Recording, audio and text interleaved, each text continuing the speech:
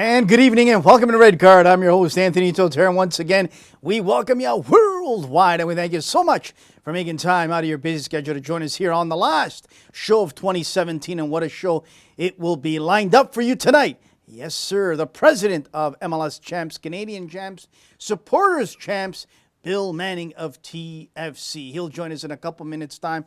Got a lot to discuss with Bill Manning. And then at 8:30, we're going to go down to the Sunshine State to talk with Orlando City GM Nicky Budulich, proud Canadian, but also a guy that is down there with the Orlando City Club, knowing the responsibility that he and all the club have to make sure that they get into the playoffs next year. Or boy, oh boy, there'll be a lot of questions asked because a lot of pressure being now applied to Orlando, meaning coaches, players, management. Looking at the season Atlanta had, wow, watch out. So there you have it. Our producer will be calling President Bill Manning in a minute, and he will be discussing with us all sorts of things. Champions League, historic season, on and on, all set to rock and roll here. And so as we said at 8:30, stay tuned. We'll talk with Orlando City GM. He is a Canadian, a guy that's been down there for a few years now, Nicky Budulich. We'll get his thoughts on the departure of Kaká. We'll get his thoughts on some of his players, the rumors out there. We'll talk about the supporters. We'll talk about all sorts of interesting things taking place down there in Orlando. And as I hear my producer, Jordan, who does a great job behind the scenes, he's talking to Bill, and we will get him on momentarily. And right now, joining us live on the line, MLS Cup champs, Canadian champs, Supporters Shield champs, president of TFC, Bill Manning. Bill, good evening. Good evening, Anthony. I'm doing great. How does that sound, Bill? Not one, not two, but three trophies in your display case. Well, we're so proud of this team and everything it accomplished this past year. To do what we did, go to the final last year and lose, and put our heads down and get back to work and go back and play the same team in our own home stadium and get it done and, getting the record for most points and, winning the Canadian Championship again, which, as you know, is very important to this club. I can't say enough. Bill, you sound tired and deservedly so tired because you haven't stopped since the parade. You guys have been hard at work. A couple days ago, the draw takes place, Champions League draw. Yeah, we were down in Miami. Yep. And the Colorado Rapids are your first opponent. And I got to tell you, Bill, a lot of people on Twitter, I wasn't one of them, a lot of people out there overlooking Colorado and looking directly to the next opponents who could be a Mexican club. I got to tell you, I'd put the brakes on that and I'd say, hey, let's take Colorado seriously because here's a squad that could come in there quietly and upset you. Talk about Colorado and that new journey now. Yeah, we don't want to overlook anyone. Colorado has a new coach coming in, so their players obviously will be trying to impress early on. Clearly the advantage is with us as a team that knows each other, and I imagine Colorado will be a mixture of new players and some guys that they've had there. It's obviously, we're looking to get the job done and then likely face Tigres in the next round. But Colorado, you're right. You can't overlook anyone, as we've learned over the last couple of years, and they are a team that plays at altitude, which causes some problems for visiting teams. So we will make sure our attention is at Colorado, but our goal is to advance and advance all the way to the finals and win the whole thing. And so we have to prepare down in Mexico as well. And you talk about preparing in Mexico. You'll be playing some friendlies there. You'll be training down there. How important is that for your team to get acclimatized?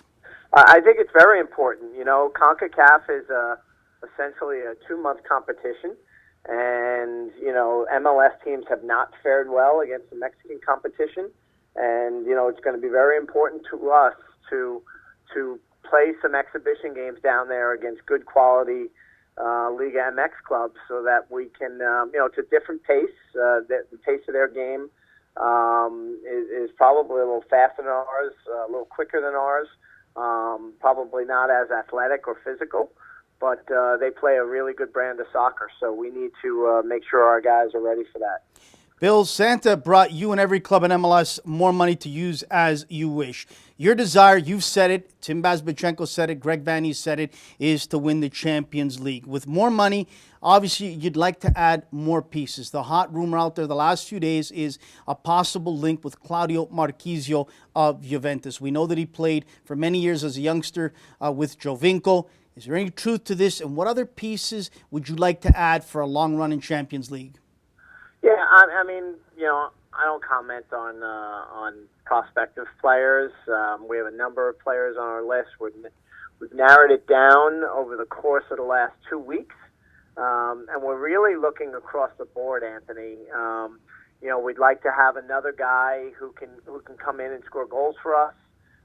We'd like to bolster our midfield as well, and maybe have some more dynamic play from the flanks. And then certainly in the back, again, we want to strengthen that. You need, the teams in CONCACAF, and especially if we're going to take on the season we're going to take, because we obviously want to win Canadian Championship again, and we want to defend our crown in MLS. So it's going to be, we're going to need to be a team that's 17, 18 players deep. And so this TAM money comes at a good time for us. Our intention is to have the bulk of the team back again.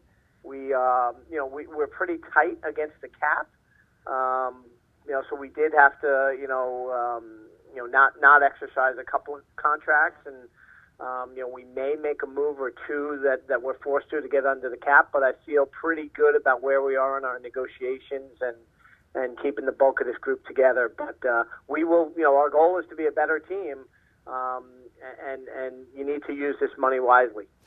Bill, Bradley, Jovinko, and Josie Altidore, three big-ticket guys, three guys that make quite a bit of coin, and they've produced results as we saw in 2017. Michael Bradley's built a house, a beautiful home in Toronto here. I believe he's going nowhere. I believe he'll retire here, make this his home full-time. If an offer comes December 27th, Bill, for either Josie or Sebastian Jovinko from China or from wherever, will you guys push it aside or look at it seriously? I think you always have to look at anything if it's a serious offer. We've had offers in the past for Michael and Sebastian in particular, and they weren't.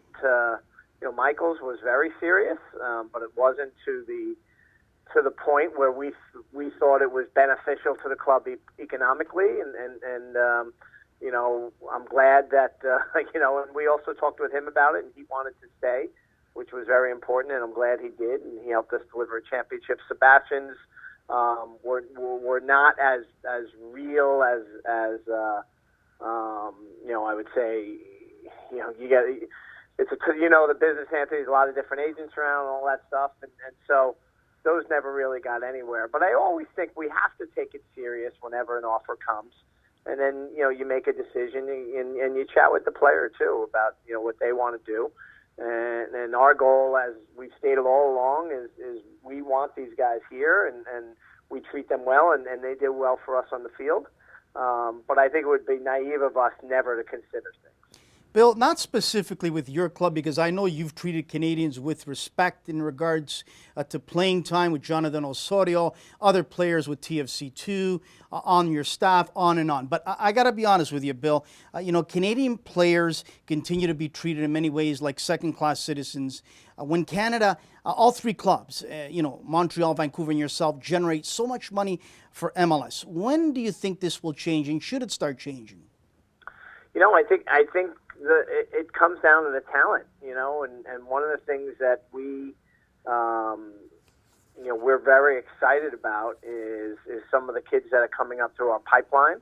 I think, and I think it's fair to say, I think since the academies with ourselves and the Impact and the Whitecaps have come into play, we've had access to better competition for these young players, and we've been able to see them against the Juventuses of the world, right? When they came over here this summer, and us going to Via Reggio, and then the Dallas Cup, Montreal and Vancouver playing in the U.S. Development Academy.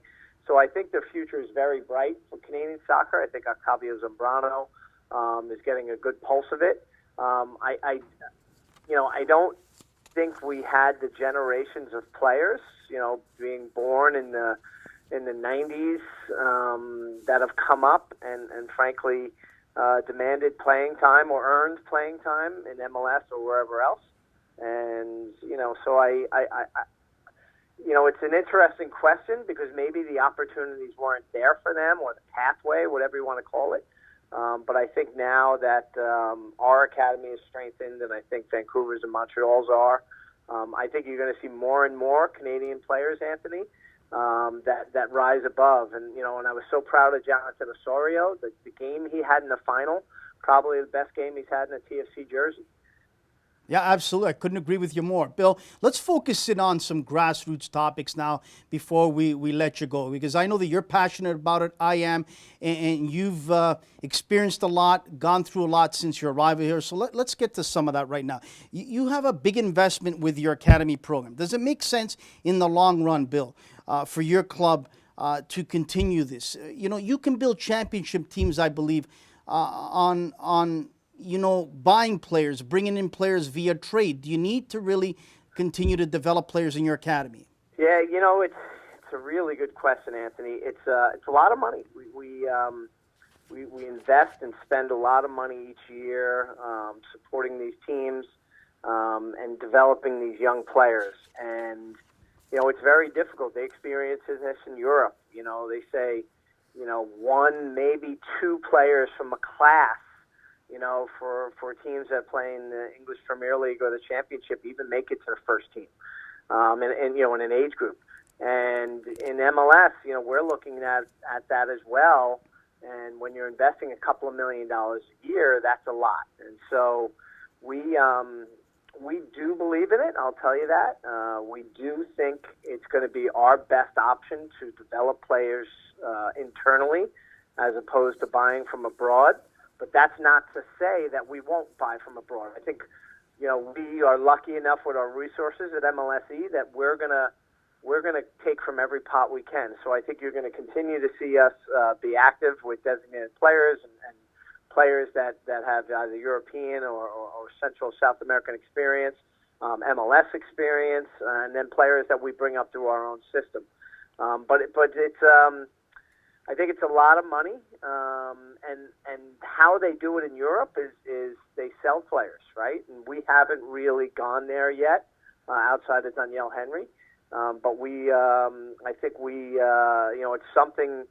If our team gets to the point where players are developing at such a pace that you then can move a few and benefit your club economically, it's something we'll look at as well. It's funny you mentioned Daniil Henry. I just tweeted out about an hour and a half ago, Bill, that from my sources, he's on the verge of returning back to MLS, and the possible destination could be Vancouver. So we wish him nothing but the best, and he was a product of your system there. But you mentioned it, Bill, and I agree with you in many aspects. Look, I think player development in many ways is a crapshoot. And I look at the league as a whole, Bill, and I say to myself, the only ones that are producing players from their academy to get starting minutes on their roster on the first team is Dallas. They've done that, and they've done it well. I had a very good talk with Fernando Clavillo, correct, about that in Miami. And I was complimenting him on his team that he had at Dallas Cup last year that won the Super Group. And that included, Tigres Monterrey, it included Real Madrid, included Eintracht from Germany. This was a very, very high-level tournament. And, he had 3 MLS players playing in Dallas Cup because they were age-appropriate. But one of the things he said, as things got tough this year, some of his young players didn't have the experience that they needed to win the big, big games. And, it's something that we look at. You can't have a team just of young players. You got to be well-balanced. Absolutely. And one thing about your academy, I've experienced it 5 years there, coming in and out of the Kia training ground, League One Ontario team, which we'll talk about, is you guys don't spare any expense. You treat them as you would treat your first team players in many ways, whether it's travel, whether it's food, whatever it is, you guys don't cut corners, and you've done it well. So well done on that part. Bill, you've spent enough time here now in the GTA. You've come from some big centers, the New York area, where you grew up for the most part, and you've worked there. You went out to Salt Lake City. You understand the dynamics there. But here it's unique. It's the wild wild west, I like to call it. And you and I know we put the cards on the table. I've discussed this with you. You've discussed it with me. Too many people still today here are working in their own silos. Everyone is trying to battle each other. Everyone believes they have the secret recipe. And I believe they don't, instead of working together. What are the 2 wishes that I could give you for Christmas that you would like to implement starting tomorrow to change things for the better in the landscape here in the GTA? I think it's improving, Anthony. I think, we hosted a little tournament here prior to the conference final with the champions of SAC, which is the Academy League, the champions of OPDL, which is under Ontario Soccer, and then CAF, which is another league run by a guy named Phil Ionati in our academies. And we had Octavio Zambrano there, and Jason DeVos was there, and Paul Totera was there, and these national team coaches. And I had dinner with Octavio afterwards, and he said he was so happy to see players from the various different pathways, for lack of a better word, come together and show the level of talent here. And for me, it was symbolic of all the different groups coming together, as opposed to being in their own little silos, as you said. And I was glad we could really drive the bus on that. And I'm so excited to do more with those groups as we go forward. And I'm hoping that the OPDL and SAC and Ontario Soccer will all come together so they're under one umbrella. I think that'll be very, very good for us. So that's my first wish would be that all those groups come together and they have, maybe a Division I, a Division II, a Division III, and it doesn't matter whether you're an academy or a club or whatever. Let the best teams play against the best teams, and then they would feed into TFC Academy, which is would be my goal.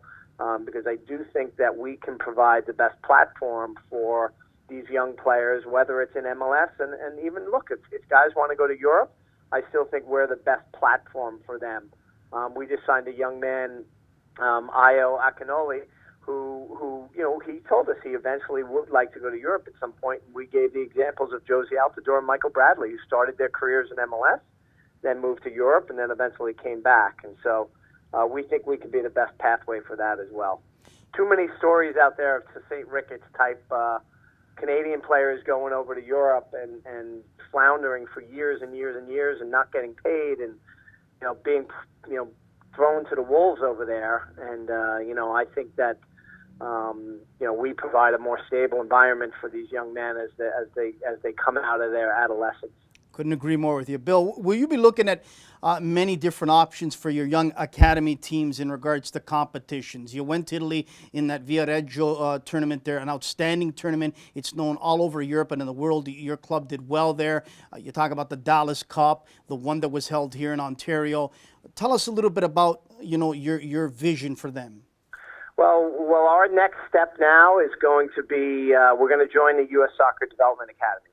And it's, we've talked to both Montreal and Vancouver about it. And the biggest thing is they're playing against their same age group, but they're playing against competition that is at the same level. So locally, we tend to play up. And our teams tend to maybe be a bit more technical or play better soccer, for lack of better words. But the physicality really does wear on the young players. And so it's one of the things we've encountered. Even one of our teams that played in League One, we're putting out 17, 18-year-old kids, and they're playing against 24, 25, 26-year-old men. And there was a couple of incidents this year where our boys were scared, actually, just because of physical confrontations and so on. And so that's something that we've looked at it very hard. And I think we're going to be best suited to put them in the U.S. Soccer Development Academy League, where every single weekend they will have an MLS-type academy that they'll play against. And I'm a big believer, as you know, I've invested a lot in going to the best competition since I got here. I think that's going to be best for the development of these young boys, is playing the best competition every single weekend. Couldn't agree more. A couple more minutes and we'll let you go. We really appreciate. We know that it's a busy time of year for you and your family. TFC2 will be playing at Lamport Stadium. Why the change, Bill? Actually, Lamport and BMO. So We're going to split the games.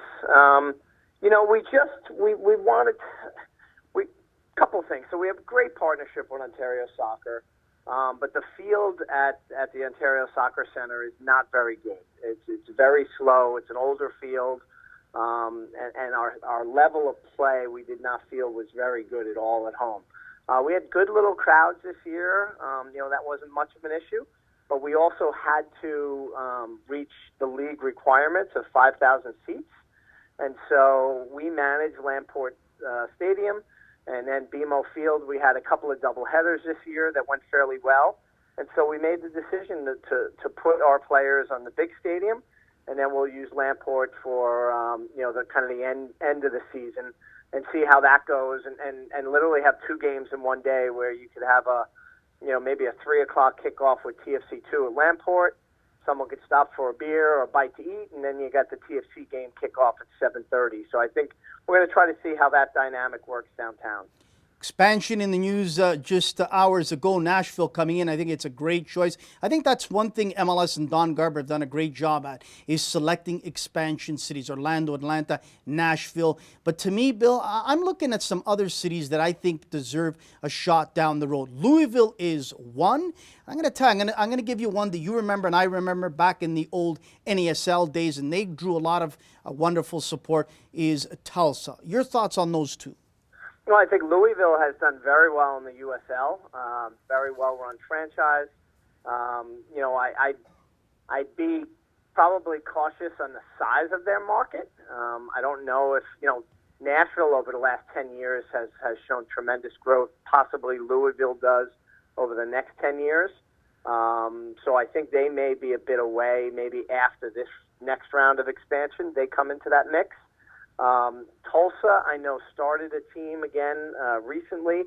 I haven't really heard much about it, so I don't know much more than that, Anthony. And in terms of gauging it for MLS, I don't think it's a very big media market, though. I would think like Oklahoma City probably has more than Tulsa, and that's a big issue for us because as we expand nationally, the media markets are really important. We'll close it out with this, Bill. Personally, in 2017, what did this season mean to you? Because I got to tell you, Bill, a lot of people see you in the forefront, in front of cameras, talking to media people, but they forget you have a family, you have responsibilities at home, and your wife and kids a lot of times take a back seat, and many times they shouldn't be taking a back seat, and it must have been sweet, and it must have been unbelievable to share that moment on that field on that Saturday night with your wife, your kids, and to look back and say, this was all worth it, and your family there rallying behind you. Talk about that. Yeah, it was really gratifying. I'm fortunate that both my boys come to every game, as does my wife, and we enjoy it together. There is a lot of travel. I'm away a lot, and that does eat into the home life. Taking, in my career, we've moved and, taking this journey here to Toronto. The word I'd use is gratifying. I came here with a plan, and I had, what I felt was a good coach and kind of a good staff on board that just needed some leadership and some experience that I had on what it takes to put together a championship squad. And, we set high goals, as you know, and I think we handled ourselves very professionally, how we went about our business, and I really, really tried to reach into the community and make allies as opposed to enemies. And I think at the end of the day, I think there was a lot of people rooting for us, and I've gotten so many notes, I can't possibly reply to them all. And it's new people that I've met here in Toronto, so I'm just very gratified that it came together, that we were able to be successful, and that I've made now so many acquaintances, good, and friends here in Toronto, in this city. What I love about this city, Anthony, is I feel like an adopted son, and you see that with people from all walks of life here, is that they are welcomed in. And I think this soccer community welcomed me in, and I feel part of it. I find myself singing the Canadian national anthem now, So it's just very gratifying. Bill, you're a fantastic guy. You're an honest guy. You're a transparent guy, and you're real. That's why I couldn't be happier for you, the whole staff down there, in that celebration that will never ever be forgotten. And you've gained the respect of many people, whether at the grassroots, agents, you name it, community clubs, just supporters in general, because you're down to earth, you reach out, you communicate, and that's what was missing with this club forever. You came, you stabilized it, you calmed people down, you believed in people like Tim and Greg, and Larry Tannenbaum, who I haven't talked about enough, should be giving all sorts of credit, because all the guy has ever done, Bill, is write the checks, keep his mouth shut, and he was there enjoying it just as much as you. Bill, thanks again for making time. Hey, I think we're due a steak dinner, aren't we? I told you you'd get there and you'd win it all, my friend. I told you that. Listen, Merry Christmas, Happy New Year to you and your family. Thank you so much again for making time. Looking forward to the Champions League in March here in Toronto, my friend. God bless. My pleasure, Anthony. Take care. Bye-bye. That is Bill Manning. He's a class act, ladies and gentlemen. He's the real deal. The way you hear him here is the way he talks to me and other media people out there, supporters, agents, players, you name it. That's why I've gained a trust and a respect with Bill and him with me, is because no one ever that has come here to TFC in the past, whether GMs or presidents, has been like him. Now, we don't agree on everything, Bill and I.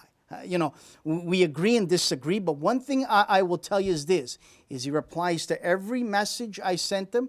He's honest, upfront, transparent. He'll tell you how he feels. He'll tell you how he sees things, and we can debate, discuss, and go back and forth. And he always does it with a smile. Never heard this guy ever with a curse word, raising his voice, or acting arrogant in any way. And that's why the city of Toronto respects him and is so happy for the achievement him and his club have achieved this year in 2017. The greatest year in MLS history. Unbelievable. Well done. Bill Manning, thank you again. Quick commercial break. Coming back, we're going out to the Sunshine State to talk with Nicky Budelich, GM of Orlando City. Stay tuned right here on Red Card.